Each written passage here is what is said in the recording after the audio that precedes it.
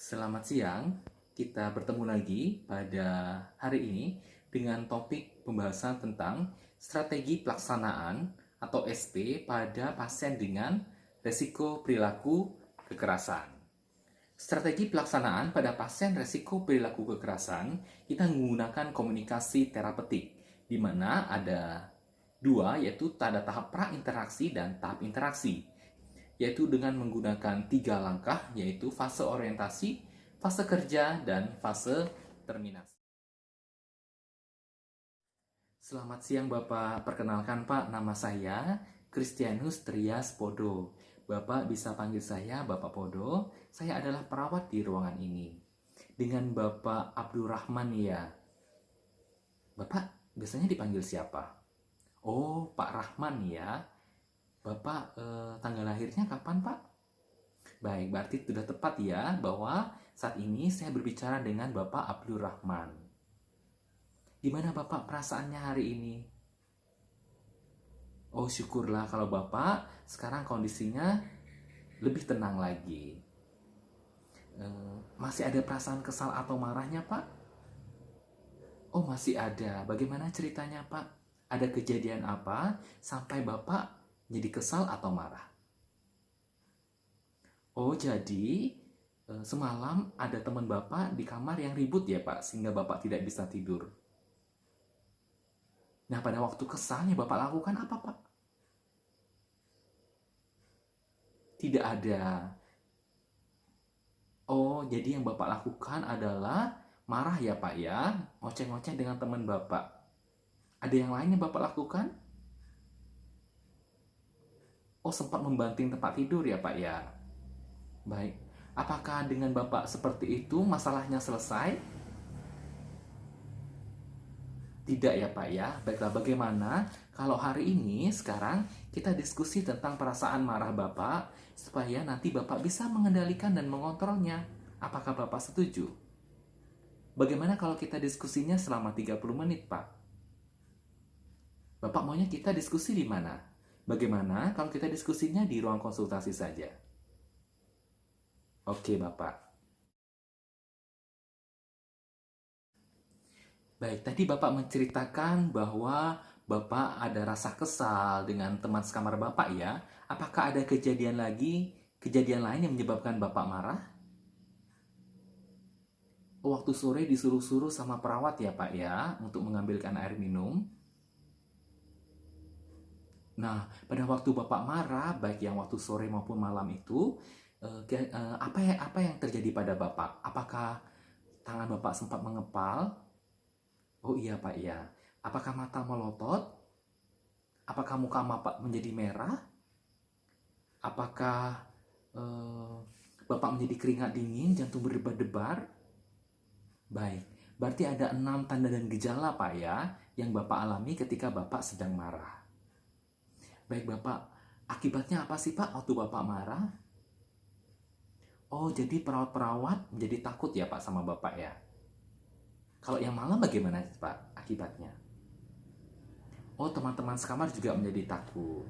Menurut Bapak, apakah dengan cara seperti itu eh, permintaan Bapak, keinginan Bapak menjadi dikabulkan oleh orang lain? Oh, tidak juga. Baiklah Bapak, di sini Bapak sudah cerita sama saya bahwa Bapak mengalami kesel, marah di dalam keperawatan, itu disebut dengan resiko perilaku kekerasan. Baiklah, bagaimana kalau sekarang saya bantu Bapak cara untuk mengendalikan rasa marah Bapak?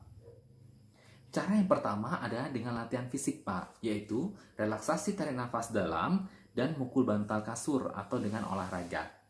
Saya akan jelaskan yang pertama ya Pak ya, yaitu tarik nafas dalam. Jadi pada saat Bapak merasa kesel atau lagi marah, Bapak bisa tarik nafas dalam lewat hidung, tarik nafasnya, kemudian tahan sedikit, berapa hitungan, 3 hitungan, kemudian hembuskan sambil luapkan rasa kesal atau marah Bapak. Ya Pak ya, saya contohkan ya Pak ya. Seperti itu Pak. Bapak lakukan berulang-ulang, bisa 3 atau 4 kali, sampai emosi Bapak menjadi turun. Itu adalah cara yang pertama. Yuk Pak, kita lakukan secara bersama-sama. Lagi Pak. Iya. Ya sudah bagus Pak, bagus sekali. Sekarang coba Bapak lakukan sendiri. Wah, luar biasa. Bapak sudah bisa mempraktekkan tarik nafas dalam. Nah, berikutnya cara fisik yang lain adalah dengan cara mukul bantal atau kasur, Pak. Jadi, yang biasa Bapak lakukan, menghempaskan tempat tidur tadi ya. Jadi kalau lagi kesal, Bapak bisa pukul bantal sama kasur itu sampai untuk melampiaskan rasa marah Bapak. Ya, misalnya dengan bantal, Bapak bisa pukul bantal sekuat-kuatnya sampai rasa marah Bapak itu terlampiaskan. Keuntungannya apa, Pak? Pada saat Bapak mukul bantal, tangan Bapak tidak terluka. Ya, Pak ya. Jadi saya contohkan ya, Pak ya. Seperti ini. Mari Pak, kita lakukan bersama-sama. Coba Bapak lakukan sendiri. Bisa Pak, Bapak lakukan sendiri? Ya, bagus Pak. Bapak sudah bisa melakukannya sendiri. Latihan yang kedua adalah dengan deeskalasi ya Pak. Deeskalasi itu curhat Pak. Jadi yang pertama Bapak bisa curhat lewat buku. Kalau lagi kesel, Bapak ambil buku, kemudian Bapak tulis apa saja yang bikin Bapak kesel ya atau marah. Atau kalau Bapak punya teman curhat, Bapak bisa ajak teman Bapak, misalnya kalau yang di kamar, ajak teman yang satu kamar, kemudian ceritakan kepadanya bahwa Bapak lagi kesel dengan teman karena temannya berisik sehingga Bapak tidak bisa tidur. Ya, saya contohkan ya Pak ya. Saya contohkan seperti ini. Tahu nggak, tadi tuh saya lagi kesel sama si Budi. Soalnya dia tadi ribut sampai saya nggak bisa tidur. Iya, dia memang ribut terus kerjaannya kalau malam. Ya kan? Nah, begitu Pak. Jadi ceritakan, lampiaskan pikiran dan perasaan Bapak yang membuat Bapak marah atau kesal dengan orang lain, terutama orang-orang yang bisa Bapak pikir bisa mereka bantu Bapak atau teman-teman curhat Bapak yang biasa. Ya.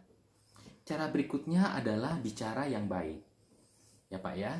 Jadi pada saat ada orang yang bikin perasaan Bapak tidak nyaman atau lagi kesel, Bapak harus belajar bagaimana cara meminta dengan baik. Misalnya Bapak mau meminta uang.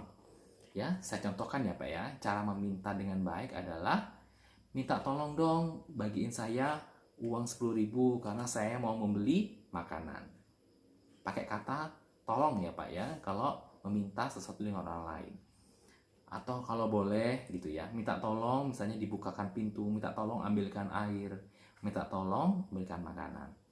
Nah contohnya misalnya pada saat Bapak minta temannya diam, ya Bapak katakan apa? Oh iya bagus Pak, jadi minta tolong diam. Tolong ya Budi diam dulu karena saya mau tidur. Iya Bapak sudah bisa ya, sudah bagus Pak, berarti Bapak sudah paham dan bisa mempraktekannya. Atau cara yang kedua yaitu menolak dengan baik. Nah tadi Pak, pada saat perawat di sore hari meminta Bapak untuk mengambilkan minuman, cara menolaknya bagaimana Pak? Cara menolaknya saya ajarkan ya Pak ya, adalah dengan menggunakan kata maaf. Maaf Pak, saya tidak bisa mengambil air karena saya sedang capek, saya mau istirahat. Tapi nanti jam 5 sore saya bisa mengambil airnya. Nah seperti itu Pak, coba Bapak praktekkan. Wah sudah bagus Pak, yang sudah Bapak praktekkan sudah benar. Kemudian berikutnya adalah kita berlatih bagaimana cara mengatakan rasa tidak senang. Saya contohkan ya Pak ya.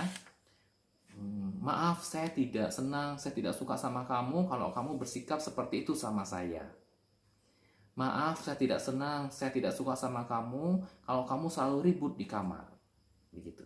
Coba Bapak praktekkan.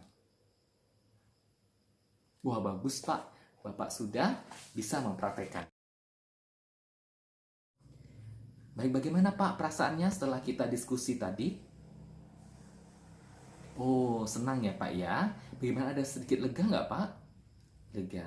Baiklah kalau begitu, coba Pak bisa ulangi nggak latihan-latihan apa saja yang sudah kita lakukan tadi? Oh ya Pak, bagus. Tarik nafas dalam, kemudian apa lagi Pak? Deeskalasi atau curhat, kemudian latihan, berikutnya, kemudian latihannya berbicaranya apa saja, Pak? Ya bagus, Pak, meminta, kemudian apa, Pak? Menolak dan mengungkapkan rasa tidak senang. Baik, Pak, bagaimana kalau latihan ini kita masukkan dalam jadwal kegiatan sehari-hari? Jam berapa saja Bapak mau latihan ini? Kalau pagi jam berapa, Pak?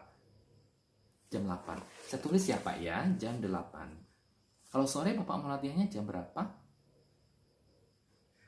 Jam 4 sore. Baik, jadi Bapak latihannya 2 kali ya, Pak, ya, sehari ya, jam 8 pagi sama jam 4 sore. Latihan ini tujuannya supaya Bapak nanti terbiasa. Jika ada masalah, Bapak sudah terlatih dan Bapak bisa mengungkapkannya dan bisa mengontrol rasa marah Bapak dengan baik. Baiklah Bapak, kita diskusinya sudah selesai. Tapi bagaimana kalau besok kita bertemu lagi, Pak? Kita akan diskusi tentang obat, Pak. Apakah Bapak bersedia? Bapak maunya kita bertemu jam berapa, Pak? Oh, baiklah. Kita akan bertemu jam 10 pagi ya, Pak, ya. Bagaimana kalau kita bertemunya di sini? Oke, ya. Kita bertemunya di sini ya, Pak, ya. Baiklah kalau begitu. Sampai di sini dulu kita diskusinya. Selamat siang. Semoga Bapak lekas sembuh ya.